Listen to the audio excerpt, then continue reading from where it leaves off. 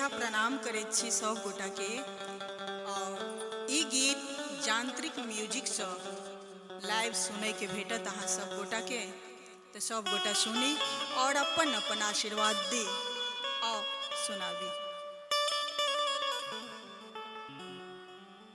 Yellow हम तो हरे दुआर है छठी मैया, नैया लगाब बेरा पार, नैया लगाब बेरा पार है छठी मैया, नैया लगाब बेरा पार।